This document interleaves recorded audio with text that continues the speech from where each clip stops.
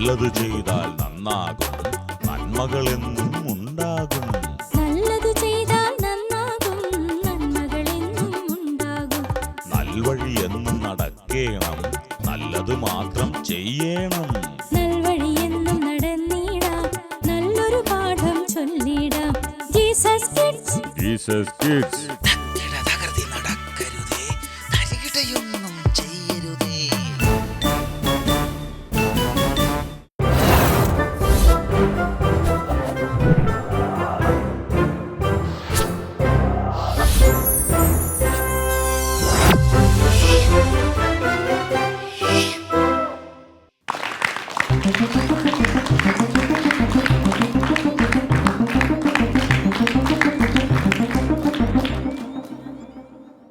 ശാലമൊരുക്കുന്ന വിസ്മയ കാഴ്ചയിലേക്ക് ഒത്തിരി സ്നേഹത്തോടുകൂടെ ഹർദമായി സ്വാഗതം ചെയ്യുന്നു.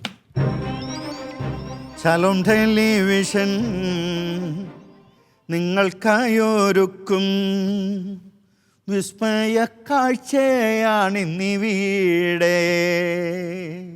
ശാലോം ടെലിവിഷൻ നിങ്ങൾക്കായൊരുക്കും വിസ്മയ കാഴ്ചയാണിന്നിവിടെ.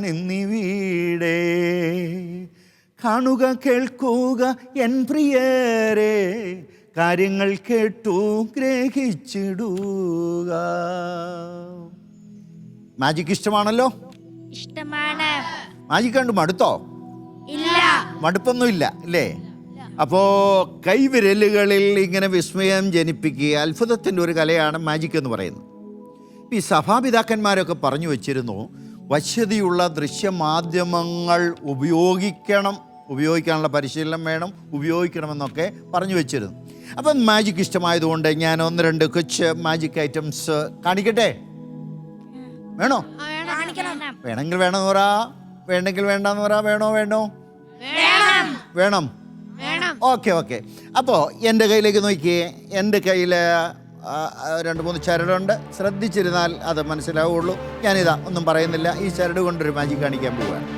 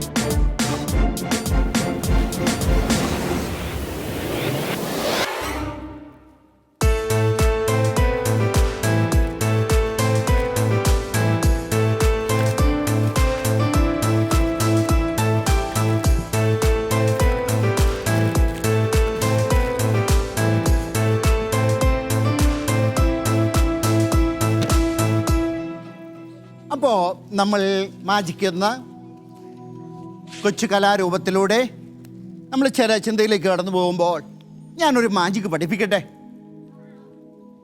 ആഗ്രഹമുണ്ടോ? ഓർക്കുക, ആഗ്രഹം എന്ന 3 അക്ഷരമുണ്ടെങ്കിൽ നമുക്ക് ആരുമാകാം, എന്തും പഠിക്കാം. എന്ത് വേണം? എന്ത് വേണം പറയൂ? ആഗ്രഹം വേണം. ആഗ്രഹം അല്ലേ? അപ്പം മറ്റാരെങ്കിലും നിർബന്ധിച്ചുകൊണ്ടായില്ല, വ്യക്തിപരമായിട്ടുള്ള ആഗ്രഹം എനിക്ക് വേണം, അല്ലേ? എനിക്ക് പഠിക്കണം, എനിക്ക് ജയിക്കണം, അല്ലെങ്കിൽ വിവിധ കലാരൂപങ്ങളൊക്കെ പഠിക്കണം, പ്രാക്ടീസ് ചെയ്യണം എന്നുള്ള ആഗ്രഹമുള്ളതുകൊണ്ട്. അപ്പോൾ ഞാനൊരു മാജിക് പഠിപ്പിക്കാൻ പോവുകയാണ്. നമുക്ക് സമയമൊക്കെ വളരെ കുറവാണ്, വളരെ പെട്ടെന്ന്. അപ്പോൾ മാജിക് പഠിക്കാൻ ആഗ്രഹമുള്ള 2 പേരെയാണ് എനിക്ക് ആവശ്യം. അവിടെ കയ്യിൽ ഒരു കുഞ്ഞ് കൊച്ചു കർച്ചീഫുള്ളവർ ആരെങ്കിലും 2 പേര് ഒന്ന് വന്നേ, വേദിയിലേക്ക് വന്നേ. 2 പേര് വേദിയിലേക്ക് വരിക. ഒരാൾ എൻ്റെ 2 വശത്തും ഓരോ മക്കളെ വിളിക്കുകയാണ്. ഓക്കെ അടുത്ത് വരിക. യെസ്, കർച്ചീഫ് കയ്യിലെടുക്കുന്നു, ഒരു തൊപ്പിയൊക്കെ വെച്ച് മോള് ഇവിടെ നിൽക്കുന്നു. ഓക്കെ, സന്തോഷത്തോടെ അവിടെ നിൽക്കുക. ഓക്കെ, ഇനി നമ്മൾ ചെയ്യാനായിട്ട് പോകുന്നത്, പഠിക്കാൻ ആഗ്രഹമുണ്ടോ? പഠിക്കാൻ ആഗ്രഹമുണ്ട്. മോൻ്റെ പേരെന്താ? ക്രിസ്റ്റിൻ. നല്ല പേര്. ഞാൻ ഒരു കൊച്ചിനോട് ഒരു വേദിയിൽ വെച്ച് പേര് ചോദിച്ചേ, എന്താ കൊച്ചിൻ്റെ പേര്? കൊച്ചു പറഞ്ഞു, എൻ്റെ പേര് തൊലി. തൊലിയോ? അതെന്താപ്പാ അങ്ങനെ വന്നേ? കൊച്ചു പറയാ, പപ്പയുടെ പേര് തോമസ്, മമ്മിയുടെ പേര് ലിസി. തോമസിൻ്റെ തോയും മമ്മിയുടെ ലീയും കൂടെ ഇട്ടപ്പോൾ കൊച്ചിൻ്റെ പേര് തൊലി എന്നായി പോയെന്ന് പറഞ്ഞു. കണ്ടോ? അവൻ നല്ല പേരാ, ഇത് പേര് നല്ല. അപ്പോൾ പേരിടുമ്പോൾ ഒക്കെ ശ്രദ്ധിച്ചു. മോളുടെ പേരെന്താ? അന്ന. പിടിക്കുക അല്ലേ? അപ്പോൾ അന്നയും 2 പേര് എൻ്റെ അടുത്ത് വശത്ത് നിൽക്കുകയാണ്. കർച്ചീഫ് ഉണ്ട് മോളെ? ഉണ്ട്, എടുത്തോളൂ. ഞാൻ എൻ്റെ കർച്ചീഫ് എടുക്കുന്നു. നിങ്ങൾ ആർക്കെങ്കിലും കർച്ചീഫ് ഉണ്ടെങ്കിൽ എടുക്കാം, ഇല്ലെങ്കിൽ ശ്രദ്ധിച്ചു നോക്കുക. കർച്ചീഫ് എടുത്തു. എൻ്റെ കർച്ചീഫ് നിങ്ങൾ കണ്ടല്ലോ. എന്തെങ്കിലും ഞാൻ വയ്ക്കുകയോ എന്തെങ്കിലും ചെയ്തിട്ടുണ്ടോ? ഇല്ല, നോക്കുക. അപ്പോൾ മാജിക്ക് പഠിക്കാൻ ആഗ്രഹമുണ്ടോ? ആഗ്രഹമുണ്ട്. അപ്പോൾ കർച്ചീഫ് ഇവിടെ എടുത്തുക. ഉയർത്തി കൈ പിടിക്കുക. അങ്ങോട്ട് അവരെയൊക്കെ ഓഡിയൻസ് കണ്ടില്ലേ, വീട്ടിലെല്ലാവരോടും നോക്കിയിരിക്കുക നമ്മുടെ മാജിക് കാണാൻ വേണ്ടിയിട്ട്. പപ്പയും മമ്മിയും എല്ലാവരും ഇരിക്കുന്നുണ്ടോ? അപ്പോൾ അവരെ കാണിച്ച് ഉയർത്തി പിടിക്കുക. ഇനിയും ഞാനും എൻ്റെ കർച്ചീഫ് എടുത്തു. മാജിക്കിന് പല ഘട്ടങ്ങളുണ്ട്. ഒന്ന് സ്പീഡ്, നല്ല സ്പീഡിൽ ഇങ്ങനെ വീശിക്കേ, നല്ല സ്പീഡിൽ. ഇഷ്ടപ്പെട്ടതു കിട്ടണമെങ്കിൽ കഷ്ടപ്പാട് സഹിക്കണം, ഇഷ്ടപ്പെട്ടത് കിട്ടണം. നല്ല സ്പീഡ് വേണം. ഓക്കെ, കൈ കഴിക്കുന്നുണ്ട്, ബുദ്ധിമുട്ടുണ്ടോ? ഇല്ല, സാരമില്ല. ഇഷ്ടപ്പെട്ടത് കിട്ടണമെങ്കിൽ കഷ്ടപ്പാട് സഹിക്കണം. എന്ത് ചെയ്യണം? കഷ്ടപ്പാട് സഹിക്കണം. ഓക്കെ, ഇഷ്ടപ്പെട്ടത് കിട്ടണമെങ്കിൽ കഷ്ടപ്പാട്. നീ നോക്കി പഠിച്ചോ, സമയം കുറവല്ലേ. 2 ആയിട്ട് മടക്കുക. നോക്കി പഠിക്കാം, കണ്ടുപഠിക്കാം, വരച്ചു പഠിക്കാം, എഴുതി പഠിക്കാം, പല രീതിയിൽ നമുക്ക് പഠിക്കാം, പല കാര്യങ്ങളും പഠിക്കാം. ഇപ്പോൾ ഒന്ന് നോക്കി പഠിച്ചേ, 2 ആയിട്ട് മടക്കി ഒന്നുകൂടി മടക്കുക. ഇങ്ങനെ മടക്കുക. എന്നിട്ട് അതിൻ്റെ എഡ്ജൊക്കെ എങ്ങോട്ടാന്ന് നോക്കുക, അങ്ങനെ പിടിക്കുക. അത് കഴിഞ്ഞ് അങ്ങനെ പെട്ടെന്ന് പിടിച്ചോളൂ, ഇങ്ങനെ പിടിച്ചാൽ മതി കേട്ടോ. ഓക്കെ, മാജിക് പഠിപ്പിക്കാൻ പോവുകയാണ്. അപ്പം നിങ്ങൾ വീട്ടിൽ ചെന്നിട്ട് പപ്പയും മമ്മിയും അനുവാദം ചോദിച്ചിട്ട് ചെയ്യാവുള്ളൂ. മൂർച്ചയുള്ള ഒരു കത്രി എടുക്കുക. എന്നിട്ട് എന്താ ചെയ്യാൻ പോകുന്നത് നോക്കിയിരിക്കണം, ശ്രദ്ധിക്കണം. ഞാനിത് കട്ട് ചെയ്യാൻ പോവുകയാണ്.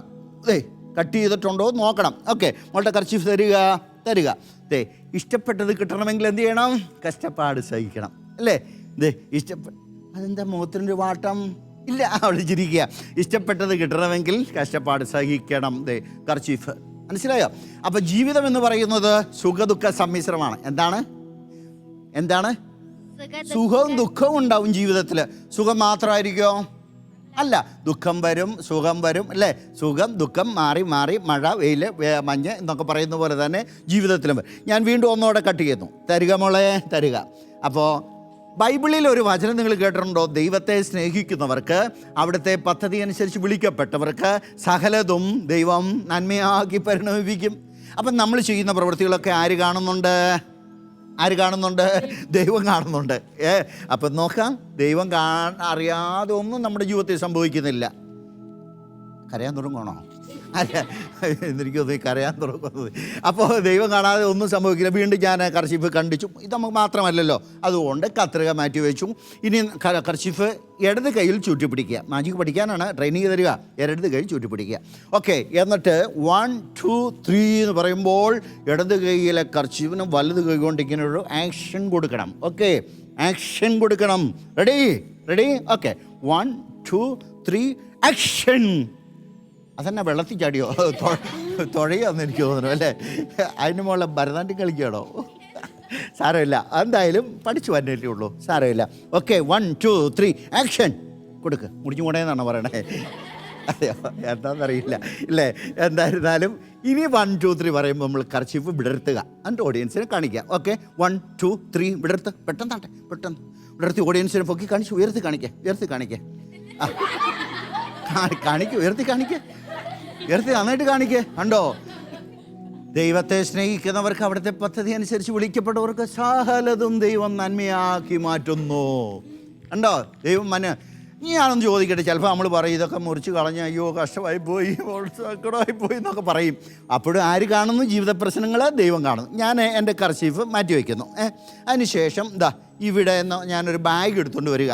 ഇവിടെ ബാഗ് എടുത്തുകൊണ്ട് വന്നിട്ട് ബാഗിൽ എന്തെങ്കിലും ഉണ്ടോ എന്ന് നമ്മൾ കൈയിട്ടൊന്ന് പരിശോധിച്ച് നോക്കി. തലയിട്ടല്ലേ, കൈയിട്ട് നോക്കിയേ, ഉണ്ടോ? നന്നായിട്ട് പെട്ടെന്ന് നോക്ക്. ഇല്ല. മോനെ ഇതിലൊന്ന് കൈയിട്ട് പരിശോധിച്ച് നോക്കി, എന്തെങ്കിലും ഉണ്ടോ? ഇല്ല, ഉറപ്പാണ്, കണ്ടില്ലേ? അപ്പോൾ ഇനി നമ്മൾ എന്താ ചെയ്യാനായിട്ട് പോകുന്നത്? ഈ കർച്ചീഫ് ഇതിലേക്ക് ഇട്ടോളൂ. സകലതും നന്മയ്ക്കായി തീർത്തിടുമെന്ന ദൈവത്തിൻ്റെ വചനത്തിൽ വിശ്വസിക്കുവിൻ. അപ്പോൾ ഓർക്കണം, ജീവിതത്തിൽ സംഭവിക്കുന്നതൊക്കെ നല്ലതിന് ദൈവമെല്ലാം കാണുന്നുവെന്ന് നമ്മൾ ഉറച്ച് വിശ്വസിക്കും. കർച്ചീഫ് ഇതിലേക്ക് ഇട്ടല്ലോ, ഇട്ടില്ലേ? ഇട്ടു. ഇനി നമ്മൾ എന്താ ചെയ്യാനായിട്ട് പോവുക? ഇതിനുള്ളിൽ ഈ കർച്ചീഫ് ഇട്ടത് ഒന്നെടുക്കാൻ പോവുക. അപ്പോൾ നമ്മുടെ തകർച്ചകൾ, നമ്മുടെ വേദനകൾ, നമ്മുടെ ദുഃഖങ്ങൾ, നൊമ്പരങ്ങളെല്ലാം ദൈവം അത് നന്മയാക്കി മാറ്റും. തിന്മയിൽ നിന്ന് പോലും ദൈവത്തിന് നന്മ സൃഷ്ടിക്കുവാൻ കഴിയും. കർച്ചീഫ് എടുത്തോളൂ, പെട്ടെന്നാട്ടെ, പെട്ടെന്നെടുക്ക്. കർച്ചീഫ് എടുക്കുന്നു. കണ്ടോ, ഇവർ പരിശോധിച്ചായിരുന്നു കയ്യിൽ, ഇല്ലേ? 2 ഉണ്ടോ? ഓക്കെ, വിടർത്തി കാണിച്ചേ, വിടർത്തിക്ക്. അതിലെന്നാ ഉള്ളത്? എന്തോ ചാടിപ്പോയല്ലോ, അതെന്താ ഉള്ളത്? കളയല്ലേ, അതെന്താ? ഒന്ന് വിടർത്തി കാണിച്ചേ. ഇതാരത്? ഉറക്കം പറഞ്ഞു, ഇത് ആരേത്? ഒന്ന് പറയൂ, ആരേത്? റാണി മരിയ. ഇതാരാ ഇത്? അത് ടോം, അറിയില്ലേ? US ഫിഗറിന്റെ തടവിലാക്കപ്പെട്ട സംഭവമൊക്കെ എല്ലാ മാധ്യമങ്ങളിലും ഒരു ഇന്ത്യൻ പൗരൻ എന്ന നിലയിൽ കണ്ടു നോക്കി. എത്ര വേദന യാതന സഹിച്ചു അല്ലേ? ശരിയല്ലേ? ഇവിടെ റാണി മരിയ രക്തസാക്ഷിയായിരുന്നു. കണ്ടോ? അപ്പോൾ സഹനങ്ങൾ ജീവിതത്തിൽ കടന്നു വരും. ഇനി നിങ്ങൾ മക്കളെ ഇതിലേക്ക് കർച്ചീഫ് ഇട്ടില്ലായിരുന്നോ? ഇട്ട കർച്ചീഫ് എടുത്തോ, പെട്ടെന്നെടുത്തോ. പെട്ടെന്നെടുക്ക. ഉണ്ടോ? പെട്ടെന്ന് നിങ്ങൾ ഇട്ട കർച്ചീഫ്, നിങ്ങളുടെ സ്വന്തം കർച്ചീഫ് എടുത്തോളൂ. ഇല്ല. പെട്ടെന്ന് നോക്ക്. ഉണ്ടോ? ഇല്ല. കൊച്ചു പറയാ അതിലില്ല. കണ്ടില്ലേ? അപ്പോൾ പ്രിയപ്പെട്ട മക്കളെ, നമ്മൾ ഓർക്കുക, നമ്മുടെ കൊച്ചു ജീവിതത്തിൽ ദൈവം അറിയാതെ ഒന്നും സംഭവിക്കുന്നില്ലെന്നും എല്ലാം ദൈവം അറിഞ്ഞാണ് സംഭവിക്കുന്നതെന്നും ഉറച്ചു വിശ്വസിക്കുക. അപ്പം നഷ്ടപ്പെട്ടു പോയ കർച്ചീഫ് ഓർത്ത് വിലപിക്കരുത് കേട്ടോ, കരയരുത്. ഈ കർച്ചീഫ് ഈ മോളെടുത്തോളൂ. ഓക്കെ, ഈ കർച്ചീഫ് മോൻ്റെ നഷ്ടപ്പെട്ടു പോയ കർച്ചീഫ് ഓർത്ത് വിലപിക്കണ്ട, ഇത് മോനെടുത്തോളൂ. അപ്പോൾ ഷാലോം ടെലിവിഷൻ വിസ്മയ കാഴ്ചയിൽ വന്ന് സഹകരിച്ച ഈ മക്കൾക്ക് ഒരു കൊച്ചു സ്നേഹോപകാരം കൊടുക്കുകയാണ്. നിങ്ങളുടെ പ്രോത്സാഹനം പ്രതീക്ഷിക്കുന്നു. ഓക്കെ, സന്തോഷത്തോടെ ഓക്കെ, ഒരു സ്നേഹോപകാരം. വിസ്മയ കാഴ്ചയിൽ സഹകരിച്ച നല്ല മനസ്സിന് ഒരു സ്നേഹോപകാരം. ഓക്കെ, പ്രിയപ്പെട്ട മക്കളെ, വീണ്ടും നമ്മൾ ഓർക്കാം. അടുത്ത ഒരു ഐറ്റം നമ്മൾ കാണിക്കുക. സന്തോഷത്തോടെ പൊയ്ക്കോളൂ. പ്രസൻറ്റേഷൻ സമ്മാനമൊക്കെ ആയിട്ട് പോയിക്കോളൂ. ഓക്കെ, ഇനി നമ്മൾ കാണാനായിട്ട് പോകുന്നത്, എൻ്റെ കയ്യിൽ ഓരോ ബോക്സ് കാണാം. നിങ്ങൾക്ക് നോക്കിയേ, ബോക്സ് കണ്ടോ? എത്ര ബോളുണ്ട് ഇതിൽ? പെട്ടെന്ന് പറയൂ. 8 ബോളുണ്ട് ഈ ബോക്സിനുള്ളിൽ. ശരിയാണോ? ഇനി അടുത്ത ബോക്സ് ഞാൻ എടുക്കുന്നു. നോക്കിയിരിക്കണം. അടുത്ത ബോക്സ് നോക്കിയേ. ഇതിൽ എന്തെങ്കിലും ഉണ്ടോ? ബോക്സിൽ എന്തെങ്കിലും ഉണ്ടോ? എന്തെങ്കിലും ഇട്ടിട്ടുണ്ടോ? ഇല്ല. അപ്പം നോക്കിയിരുന്നാൽ മനസ്സിലാവും. 2 ബോക്സുകളാണുള്ളത്. ഇതിൽ 8 ബോളുകളാണുള്ളത്. ഞാൻ ഈ ബോക്സ് ഇവിടെ വയ്ക്കുന്നു. ഇതിലെ ബോളുകളൊക്കെ നമ്മൾ എന്ത് ചെയ്യാൻ പോകുന്നുവെന്ന് നിങ്ങൾ ശ്രദ്ധിച്ചിരുന്നാൽ മനസ്സിലാവും. ഇതിലെ ബോളുകൾ ഞാൻ ഈ ബോക്സിലേക്ക് മാറ്റാൻ പോവുകയാണ്. നോക്കിയിരിക്കണം കേട്ടോ. അപ്പോൾ നമ്മൾ ഓർക്കുക, ജീവിതം സുഖദുഃഖ സമ്മിശ്രമാണ്. മനസ്സിലായല്ലോ? ജീവിതം സുഖദുഃഖ സമ്മിശ്രമാണ്.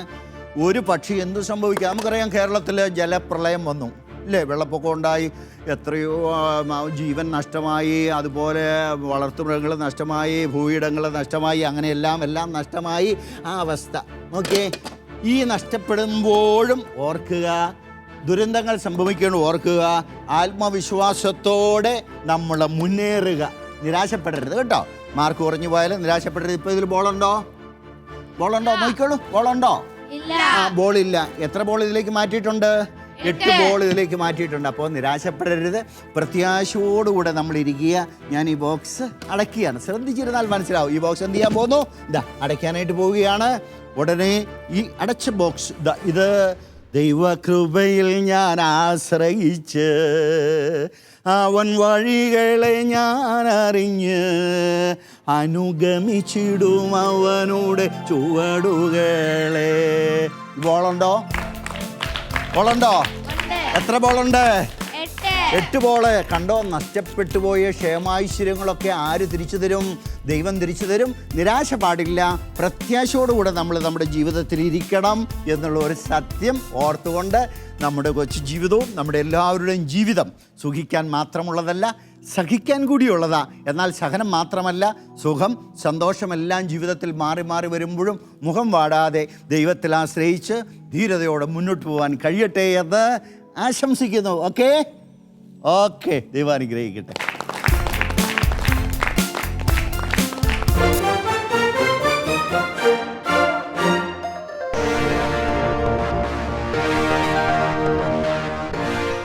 കൂട്ടുകാരെ, എല്ലാവർക്കും സുഖമല്ലേ?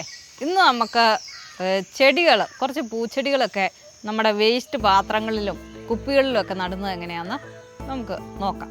ഇന്ന് കുപ്പിയിൽ ഇതുണ്ടാക്കുന്നത് കാണിച്ചു തരാവേ. ഇതൊരു പ്ലാസ്റ്റിക് കുപ്പിയാണ്, നമുക്കറിയാമല്ലോ. അതിൻ്റെ ഇത് നമുക്കിത് കൂട്ട് കുപ്പികൾ ഈ പറമ്പിലൊക്കെ ഒത്തിരി വേസ്റ്റ് കുപ്പികൾ നമുക്ക് കിട്ടും. ഇതിൻ്റെ ഒരു കുറച്ച് ഭാഗം നമ്മൾ ഇങ്ങനെ മുറിച്ചെടുക്കുക. ഇത് പല രീതിയിലുണ്ടാക്കാം. ഇപ്പം ഞാൻ നിങ്ങൾക്ക് ഏറ്റവും എളുപ്പമുള്ള രീതിയിൽ പറഞ്ഞു തരുവാണേ. ഇത് മുറിച്ചിട്ട് ഇതിൽ മണ്ണ് നിറയ്ക്കുക. മണ്ണ് നിറയ്ക്കുമ്പോൾ പിന്നെ ഇതിൽ കുറച്ച് മണ്ണ് അങ്ങോട്ട് നിറയ്ക്കുക. ഇത് വലിയ കുപ്പിയോ ആണെങ്കിലും കുഴപ്പമില്ല, ഇങ്ങനെ നമുക്ക് നടാവുന്നതാണ്. ഇത് ഒരു ചെറിയ കുപ്പിയിൽ നട്ടിട്ട് ഇതിലേറ്റവും നടാൻ നല്ലത് 10 മണിച്ചെടികളൊക്കെ ആണെങ്കിൽ നല്ല ഇതായിട്ട് പല കളറ് പല കുപ്പിയിൽ നിറച്ച് നടാൻ പറ്റും. ഇതിൽ നമുക്ക് ഏറ്റവും നല്ലത് നടാൻ 10 മണിച്ചെടികളാണ്. അതാകുമ്പോൾ നല്ല രസമായിട്ട് പല കളറ് ഇതിൽ നടാൻ പറ്റും. ഞാൻ നട്ട് കാണിച്ചു തരാം.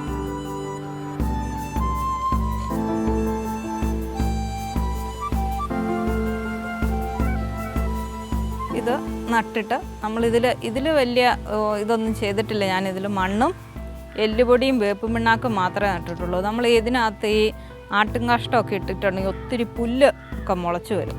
അതുകൊണ്ട് ഇത് ഇങ്ങനെ നിറച്ചിട്ട് വെച്ചതാണേ. ഇതിനി നമുക്ക് വെർട്ടിക്കലൊക്കെ ആയിട്ട് വെക്കാൻ പറ്റും, അത് കാണിച്ചു തരാം. പിന്നെ ഇത് ഇവിടെ നിന്ന് ഹോളിട്ട് ഇങ്ങനെ ഓരോ കളറ് നേരെ വെച്ചും അങ്ങനെ പലതരത്തിൽ ഈ കുപ്പിയിൽ 10 മണിച്ചെടികൾ നടാവുന്നതാണ്. ഇത് നേരത്തെ നട്ടു വെച്ച ഒരു കുപ്പി ഞാൻ കാണിച്ചു തരാം. ഇത് കണ്ടോ, ഇത് ഇങ്ങനെ നല്ല ഇതായിട്ട് നട്ടു വെച്ചതാണ്. ഇങ്ങനെ നമ്മൾ കുറേ കുപ്പിയിൽ നട്ടു വെക്കുകയാണെങ്കിൽ നല്ല ഭംഗിയായിരിക്കും. പ്ലാസ്റ്റിക് കുപ്പിയിലെ പോലെ തന്നെ നമുക്ക് പൊട്ടിയ നമ്മുടെ വീട്ടിലുള്ള ഗ്ലാസ്സിലോ കപ്പിലോ ചെറിയ ഭരണിക്കകത്തും ഒക്കെ ഇതുപോലെ ചെടികൾ നമുക്ക് നടാവുന്നതാണ്. ഞാൻ പൊട്ടിയൊരു ഗ്ലാസ് കാണിക്കാം. ആ ഗ്ലാസ്സിൽ ഇത് കണ്ടോ, ഇതിൻ്റെ ഇവിടം പൊട്ടിയതാണ്. അതിൽ നമുക്ക് ചെടി വെക്കാവുന്നതാണ്. ഇത് കാണിച്ചു. ഇത് കണ്ടോ, ഇത്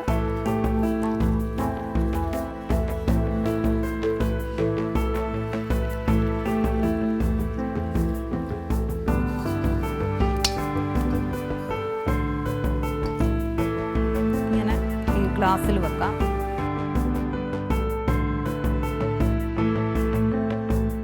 ഇതൊരു കപ്പ് പൊട്ടിയതാ. അതിൽ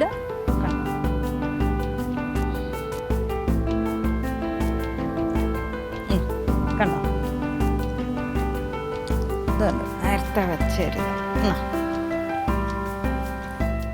അത് താഴെ വെച്ചോളൂ. പിന്നെ ഇത് കണ്ടോ, ഒരു ചിരട്ട എടുത്തെങ്കിൽ നമുക്ക് ചിരട്ടയ്ക്കകത്ത് വേണേലും ഇത് കൂട്ട് ചെടികൾ നട്ടു വെക്കാം.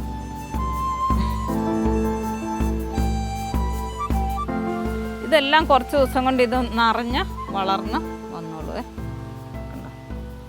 ഇത് അതുപോലെ തന്നെ ഇവിടുത്തെ ഒരു പഴയ ഭരണിയിൽ ചെടി വെച്ചിരുന്ന ഇതിൻ്റെ ഒരു ശകലം പൊട്ടിയിട്ടുണ്ട്. അതിലിങ്ങനെ ചെടികൾ വെച്ചതാണ്. ഇത് നല്ല ഭംഗിയില്ലേ കാണാൻ. നമുക്കിങ്ങനെ നമ്മുടെ ചുറ്റിനുമുള്ള എന്ത് വേസ്റ്റ് ആയിട്ട് പോകുന്ന പാത്രമോ എന്തിന് നമ്മുടെ ഷൂസിൽ പോലും നമുക്ക് മണ്ണ് നിറച്ച ചെടികൾ നടാം. എന്ത് ചിരട്ടയ്ക്കകത്തോ പാത്രങ്ങളിലോ പൊട്ടിയ പാത്രങ്ങളിലോ എല്ലാം നമുക്ക് നല്ല ഇതായിട്ട് ഇത് നടാം. ചില്ല് കുപ്പിക്കൊക്കെയാണ് ഈ പെയിൻ്റ് അടിച്ചിട്ട് നമുക്കതിൽ ചെടികൾ വെക്കാം. അങ്ങനെ നമ്മുടെ ചുറ്റിനുമുള്ളതൊന്നും വേസ്റ്റായിട്ട് നമ്മളൊന്നും കളയരുത്. എല്ലാം വൃത്തിയായിട്ട് നമ്മളതിൽ ചെടികളൊക്കെ വെച്ചെങ്കിൽ കാണാനും നല്ല ഭംഗിയായിരിക്കും. നമ്മുടെ വേസ്റ്റൊന്നും അങ്ങനെ മുറ്റത്തൂടെയൊന്നും കിടക്കുകയില്ല. എല്ലാം നല്ല വൃത്തിയായിട്ട് നമുക്ക് സൂക്ഷിക്കുകയും ചെയ്യാം. ഇനി അതുകൊണ്ട് നിങ്ങളുടെ വീട്ടിലൊന്നും ഇനി ഇങ്ങനത്തെ നമ്മുടെ ചിരട്ടയ്ക്കകത്താണെങ്കിൽ പോലും നമുക്കിങ്ങനെ ചെയ്യാവുന്നേ ഉള്ളൂ. വേസ്റ്റൊന്നും ഇല്ലാതെ എല്ലാം നല്ല വൃത്തിയായിട്ട് നിങ്ങളെല്ലാവരും ചെയ്യല്ലേ. ഇനി ഇങ്ങനെ പ്ലാസ്റ്റിക് കുപ്പിക്കകത്തെല്ലാം ചെടികൾ നടുകയല്ലേ. ഗ്ലാസ്സൊക്കെ പൊട്ടിയാലും നമുക്ക് പൊട്ടിയ ഗ്ലാസ്സൊക്കെ പൊട്ടിപ്പോയത് പറ്റിയല്ല, ചെറുതായിട്ടൊക്കെ പൊട്ടിയതാണെങ്കിൽ കൈയൊക്കെ മുറിക്കാതെ സൂക്ഷിച്ച് മണ്ണ് നിറച്ച് ഇങ്ങനെ നട്ട് സൂക്ഷിക്കാം.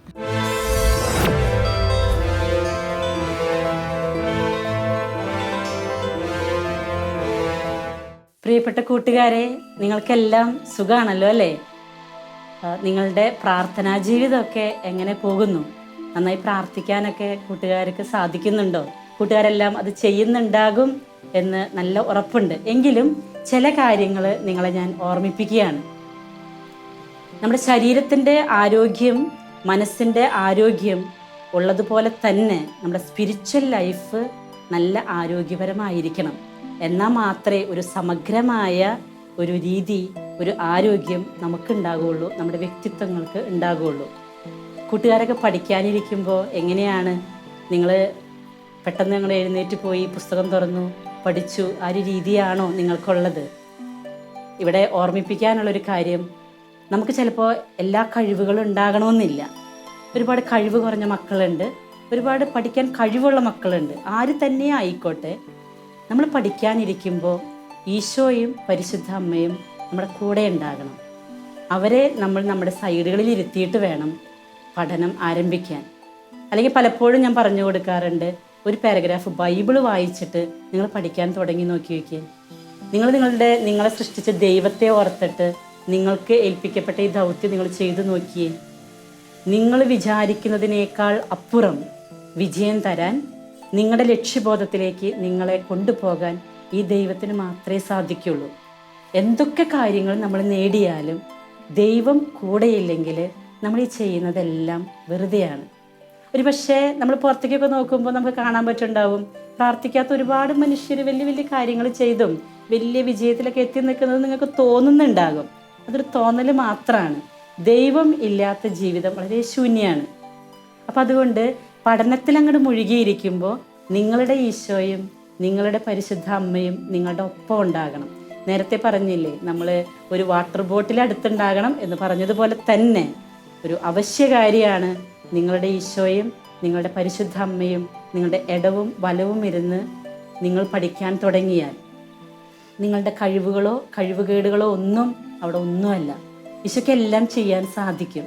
അതിന് ഒരുപാട് എക്സാമ്പിളുകളും എൻ്റെ ജീവിതത്തിൽ വലിയൊരു സംഭവം നടന്നിട്ടുള്ളത് കൊണ്ടാണ് ഇത്രയും വ്യക്തമായും ശക്തമായും ഈ കാര്യത്തെ ഓർമ്മിപ്പിക്കുക. മെഡിസിന് പഠിച്ചുകൊണ്ടിരിക്കുന്ന സമയത്ത് 4th ഇയർ ആയിരുന്ന കാലഘട്ടത്തിൽ മലേറിയ വന്ന് ബ്രെയിനിൽ എല്ലാ ഓർമ്മകളും നഷ്ടപ്പെട്ട ഒരവസ്ഥ എനിക്കുണ്ടായിരുന്നു. ആ സമയത്ത് എക്സാം എഴുതരുത് എന്ന് എന്നോട് പറഞ്ഞിട്ട് പോലും ഞാനിവിടെ വന്നിട്ടുണ്ടെങ്കിൽ എൻ്റെ ഈശോയും മാതാവും എന്നെ സഹായിക്കും എന്നൊരു ഉറപ്പോടുകൂടി എല്ലാ എക്സാമുകളും ഞാൻ അറ്റൻഡ് ചെയ്തു. പക്ഷേ എന്താണ് എഴുതുന്നതെന്നോ ആരാണ് എക്സാം എഴുതുന്നതെന്നോ ഒരു ബോധമില്ലാത്ത അവസ്ഥയിലായിരുന്നു ആ പരീക്ഷാ ഹാളിൽ ഞാനായിരുന്നത്. നമ്മൾ സാധാരണ പരീക്ഷയൊക്കെ കഴിഞ്ഞിട്ട് ഇറങ്ങുമ്പോൾ കൂട്ടുകാർ പറയില്ലേ, ഈ ഒരു ചോദ്യത്തിൻ്റെ ഉത്തരം എന്തായിരുന്നു, ഇത് നിങ്ങൾ എഴുതിയോ എന്നൊക്കെ പരസ്പരം എല്ലാവരും ചോദിക്കുമ്പോൾ എനിക്ക് ഒട്ടും ഓർമ്മയില്ല. കാരണം ആ ചോദ്യത്തിന് എന്തുത്തരം ഞാൻ എഴുതിയെന്ന് എനിക്ക് ഓർക്കാനായിട്ട് സാധിക്കുന്നുണ്ടായിരുന്നില്ല. അങ്ങനെ ഒരുപാട് എക്സാമുകൾ എൻ്റെ മുന്നിൽ കൂടെ കടന്നുപോയി. എല്ലാവർക്കും ഫെയിലാകും എന്നുള്ളൊരു വലിയ പ്രതീക്ഷയായിരുന്നു. പക്ഷേ റിസൾട്ട് വന്നു കഴിഞ്ഞപ്പോൾ 3rd ഇയർ വരെ ഫസ്റ്റ് ക്ലാസ് വരെ മാർക്ക് കിട്ടിയ ഞാൻ 4th ഇയറിൽ ഡിസ്റ്റിങ്ഷന് മേലെ മാർക്കോട് കൂടിയാണ് മെഡിസിൻ പാസ്സായി പോകുന്നത്. ഇതൊന്നും എൻ്റെ കഴിവല്ല എന്ന് ഇന്നും എനിക്കറിയാം. കാരണം എന്താണ് ആ എക്സാം ഹോളിൽ ഉണ്ടായതെന്ന് എനിക്ക് മാത്രമേ അറിയുള്ളൂ. കാരണം എൻ്റെ കൈ പിടിച്ച് ആരോ എഴുതുന്ന ഒരു വലിയ ഫീലിംഗ് എനിക്കുണ്ടായിരുന്നു. പരിശുദ്ധ അമ്മയും ഈശോയും എൻ്റെ കൂടെ ഉണ്ടായിരുന്നു. അവരാണ് ഈ പരീക്ഷ എൻ്റെ കൈകളിലൂടെ എഴുതിയത് എന്നുള്ളൊരു വലിയ ബോധ്യം എനിക്ക് അന്നും ഇന്നും എപ്പോഴും എൻ്റെ മനസ്സിൽ നിറഞ്ഞു നിൽക്കുന്നൊരു അനുഭവമാണ്. ഈ ഒരു കാലഘട്ടത്തിലെല്ലാം ഞാൻ എൻ്റെ കൂട്ടുകാരോട് പറഞ്ഞു കൊടുക്കാറുണ്ട്, മക്കളെ, നിങ്ങൾ വിളിച്ചാൽ വെളിപ്പുറത്ത് എത്തുന്ന ഒരു ദൈവമാണ് നിങ്ങൾക്കുള്ളത്. അറിയാലോ, കുഞ്ഞുങ്ങളെ എന്ത് പറഞ്ഞാലും വളരെ നിഷ്കളങ്കമായ രീതിയിൽ കുഞ്ഞുങ്ങൾ ഈശോയെ വിളിച്ചാൽ, പരിശുദ്ധ അമ്മയെ വിളിച്ചാൽ അവർ ഓടിവരും. അവിടെ ഒരിക്കലും നമ്മൾ നമ്മുടെ കഴിവിലേക്ക് നോക്കരുത്, നമ്മുടെ രോഗങ്ങളിലേക്ക് നോക്കരുത്, നമ്മുടെ സാഹചര്യങ്ങളിലേക്ക് നമ്മൾ നോക്കരുത്. അങ്ങനെ ഒരു അള്ളിപ്പിടിച്ച സ്നേഹം അവരോട് ഉണ്ടാകണം കേട്ടോ. ആവശ്യ നേരത്ത് നമ്മൾ പറയില്ലേ, പരീക്ഷ വരുമ്പോൾ നമ്മൾ തിരികെത്തിച്ച് പ്രാർത്ഥിക്കും, ബാക്കിയുള്ള സമയങ്ങളൊന്നും നമ്മൾ അവരെക്കുറിച്ച് ചിന്തിക്കുന്നില്ല, നമ്മൾ അവരെക്കുറിച്ച് ഓർക്കുന്നില്ല, പ്രാർത്ഥനയിൽ ഒന്നും കടന്നു വരുന്നില്ല. നമ്മൾ ടെൻഷൻ കൊണ്ട് നമ്മൾ ആ സമയത്ത് ഓടിച്ചെന്ന് വിളിച്ചാൽ എന്ത് സംഭവിക്കുമെന്ന് എനിക്ക് പറയാനറിയില്ല. പക്ഷെ എന്നാൽ പോലും അവരുമായിട്ടുള്ളൊരു ബന്ധം, എൻ്റെ ഉള്ളിലുള്ള ദൈവമായിട്ടുള്ള എൻ്റെ ബന്ധം ഞാൻ ഈ പഠിക്കുന്നത് പോലെ തന്നെ സൂക്ഷിക്കണം. അപ്പോഴാണ് എൻ്റെ ആവശ്യ സമയങ്ങളിൽ ഞാൻ വിളിച്ചാൽ അവരെൻ്റെ മുമ്പിൽ വന്നിരിക്കും, എനിക്ക് ആവശ്യമുള്ള കാര്യങ്ങൾ അവർ ചെയ്തു തന്നിരിക്കും. അതുകൊണ്ടല്ലേ നമ്മൾ ബൈബിൾ വായിക്കുമ്പോൾ അതിൽ കാണാൻ പറ്റും, ദൈവത്തിനെല്ലാം സാധ്യമാണ്. മനുഷ്യൻ ചിന്തിക്കുന്നതിനേക്കാൾ അപ്പുറമാണ് ദൈവത്തിൻ്റെ കാര്യങ്ങൾ. അതുകൊണ്ട് എൻ്റെ കൂട്ടുകാർ എപ്പോഴും ഈശോയെക്കുറിച്ച് ഓർക്കുകയും പരിശുദ്ധ അമ്മയെക്കുറിച്ച് ഓർക്കുകയും ചെയ്യണം കേട്ടോ. പരിശുദ്ധ അമ്മ എവിടെയൊക്കെ പ്രത്യക്ഷപ്പെട്ടിട്ടുണ്ടോ കൂടുതൽ ഭാഗങ്ങൾ കുട്ടികളുടെ മുമ്പിലാണ്. എന്തുകൊണ്ടാണെന്നറിയോ? അവരെ നിഷ്കളങ്കരാണ്. അവർക്ക് തെറ്റ് ചെയ്യാൻ അധികം അറിയില്ല.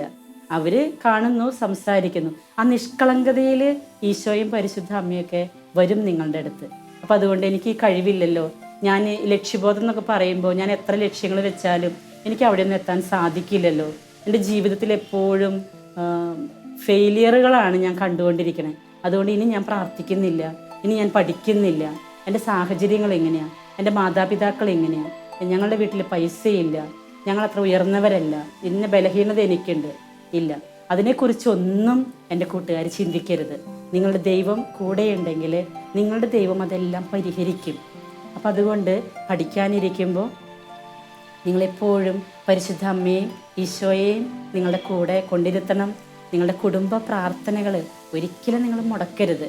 ഞാൻ എപ്പോഴും പറയാറുണ്ട്, കുഞ്ഞുങ്ങളാണ് കുടുംബ പ്രാർത്ഥനയിൽ ഏറ്റവും മുൻപന്തിയിൽ ഉണ്ടായിരിക്കേണ്ടത്. കാരണം എന്താണെന്നറിയോ? നമുക്ക് നല്ല ചിന്തകളും നല്ല അനുഭവങ്ങളൊക്കെ ഉണ്ടാകണമെങ്കിൽ നമ്മൾ ചേർന്ന് നിൽക്കണം. നിങ്ങൾക്ക് പറ്റും ഇതിനൊന്നും അധികം സമയം വേണ്ട കേട്ടോ. നിങ്ങൾ വെറുതെ ചിന്തിക്കുന്നതാ ഞങ്ങളുടെ പഠിക്കുന്ന സമയം പോകുന്നു. ഇല്ല, അപ്പോൾ നിങ്ങൾക്ക് പഠിക്കുന്ന സമയം കുറച്ചേ വേണ്ടൂ. ഈശോയും പരിശുദ്ധമ്മയും നിങ്ങളുടെ കൂടെ ഉണ്ടെങ്കിൽ പഠിക്കുന്ന സമയം വളരെ കുറച്ചേ ആവശ്യമുള്ളൂ. അപ്പം അതുകൊണ്ട് കൂട്ടുകാർ എപ്പോഴും ദൈവത്തെക്കുറിച്ച് ഓർക്കാനും പഠനവേളകളിൽ എപ്പോഴും ഈശോയും പരിശുദ്ധ അമ്മയും നിങ്ങളുടെ കൂടെ ഉണ്ടാകാൻ ശ്രദ്ധിക്കണം. അപ്പോൾ ഈ പരീക്ഷയ്ക്കൊക്കെ ഉണ്ടാകുന്ന ഭയമുണ്ടല്ലോ, ടെൻഷൻ ഉണ്ടല്ലോ, എന്നെക്കൊണ്ടിത് സാധിക്കുമോ, പഠിച്ചു തീരുമോ, ഇങ്ങനെയൊക്കെ ചിന്തിക്കുന്ന ആ അവസ്ഥകളൊന്നും നിങ്ങൾക്ക് ഉണ്ടാകില്ല. നിങ്ങളുടെ മനസ്സെപ്പോഴും കാം ആൻഡ് ക്വയറ്റ് ആയിരിക്കും. കൂട്ടുകാർ ശ്രദ്ധിക്കുമെന്ന് ഞാൻ വിചാരിക്കണു. ബൈബിൾ വായിക്കണം, ഈശോയെയും പരിശുദ്ധ അമ്മയും കൂട്ടുകാരായി ജീവിതത്തിൽ കൊണ്ടു നടക്കണം.